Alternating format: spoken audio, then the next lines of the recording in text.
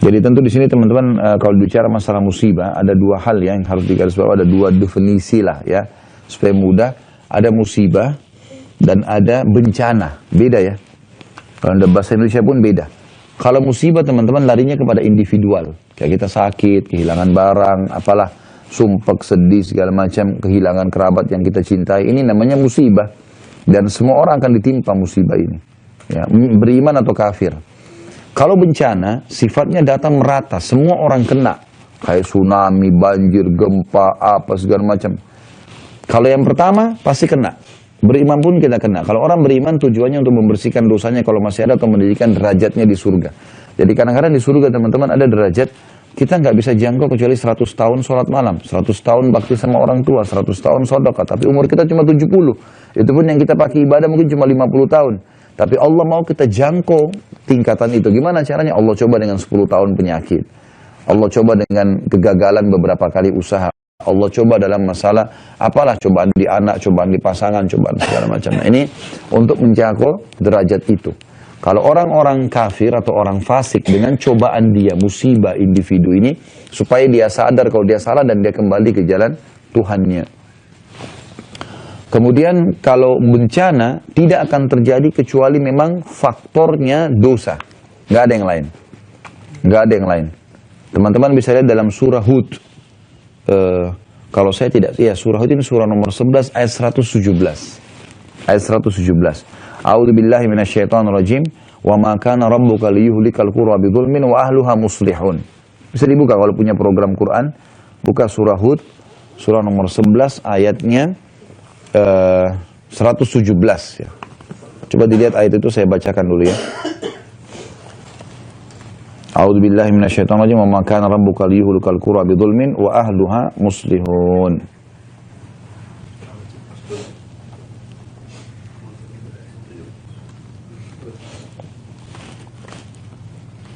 Seratus 117 ya.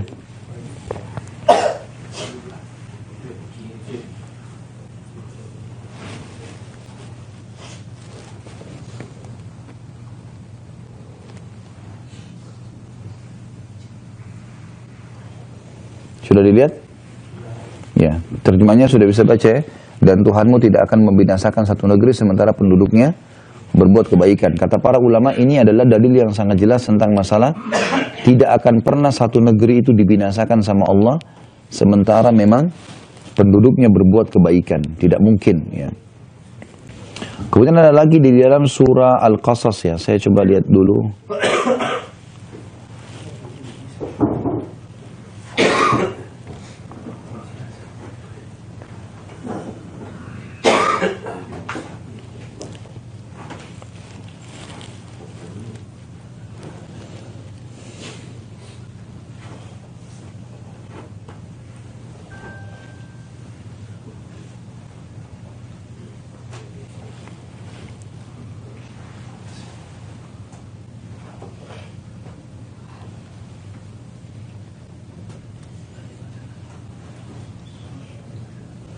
Sebentar saya cari dulu ayatnya ya.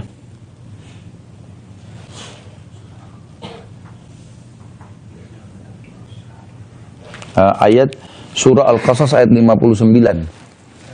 Surah nomor 28 ayat 59. Ini teman-teman selalu jadikan pegangan ya. Ini ayat ini kaidah hidup. Kaidah hidup ini. Jadi kalau teman-teman tidak mau ditimpa bencana yang merata, semua keluarga kita kena, misalnya semua komplek kita kena, ini hati-hati, jauhi dosa saja. Surah Al-Qasas surah nomor 28 ayat 59 bunyinya, A'udzubillahi minasyaitonirrajim, wa ma kana rabbuka muhlikal qura hatta yab'atsa fi ummiha rasulan yatlu 'alaihim ayatina wa ma kunna muhlikil qura illa wa ahluha zalimun. Dan tidaklah Tuhanmu membinasakan kota-kota sebelum dia mengutus di ibu kota itu atau di kota itu seorang rasul yang membacakan ayat-ayat kami. Jadi Allah tidak akan buat zalim. Kalau belum sampai kepada mereka dakwah, Allah tidak akan binasakan. Sampai dakwah mereka tolak baru, gitu kan? Dan tidak pernah pula kami membinasakan kota-kota kecuali penduduknya dalam keadaan apa? Melakukan kezaliman. Jadi kalau merata pasti ada masalah tuh. Masalahnya di situ teman-teman sekalian. Dan orang yang bisa selamat adalah orang yang tidak ikut-ikutan. Maksudnya tidak ikut-ikutan dan dia coba berusaha meluruskan itu ya. Misal gini, kita tinggal satu komplek 15 rumah. Dari 15 rumah ini ada 13 rumah buat maksiat, suka berzina, mabuk-mabukan. Cuman kita 2 rumah enggak.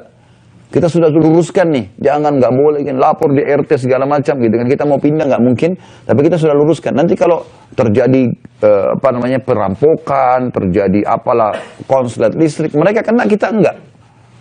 Yang penting kita sudah ingkar mungkar. Nah, kalau yang jadi masalah, kalau bencana ini kalau bencana ini datang bisa merata, kita pun bisa kena. Kalau kita nggak sama sekali ingkar mungkar, sama sekali gitu. Kita sudahlah, terserah dia mau buat apa, terserah, ini nggak bisa. Ini kalau datang perampok semua kena.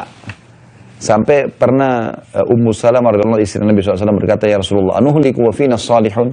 Apakah kami bisa dibinasakan sama Allah sementara di tengah-tengah kami ada orang saleh? Kata Nabi SAW, na'am, bala, idza kathural khabath. Tentu saja, kalau keburukan lebih banyak, pasti kena semua nanti. Dalam sebuah hadis Bukhari yang mulia, kata Nabi SAW, perumpamaan kalian, orang-orang yang berbuat kebaikan nih, menyuruh kepada kebaikan, larang dari kemungkaran, dengan orang-orang yang berbuat kemungkaran seperti orang yang lagi di atas kapal, sama-sama di atas kapal, lagi di tengah lautan. Orang-orang yang berbuat kemungkaran ada di daknya kapal, di bawah. Mereka setiap kali mau ambil air, mereka harus naik ke atas melewati orang-orang soleh. Jadi kalau mereka mau buat dosa, lewat depan kita kan, nggak boleh loh, haram. Jadi mereka kayak ada yang halangin.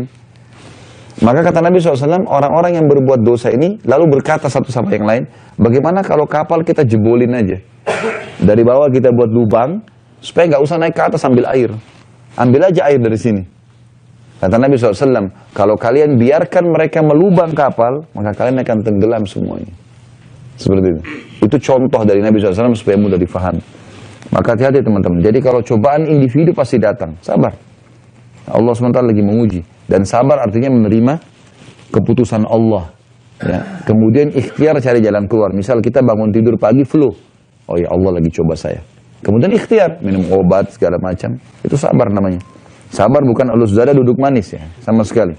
Suruh sabar, silakan sabar. Duduk enggak. Keliru itu. Sabar itu ikhtiar. Kita kalau ditipu orang, kita melapor ke polisi segala macam. Itu sabar namanya. Bukan berarti tidak sabar itu. Sabar justru terima takdir Allah, oh ini Allah lagi uji. Tapi ikhtiar. Baru katanya itu baru-baru diistilahkan dengan sabar.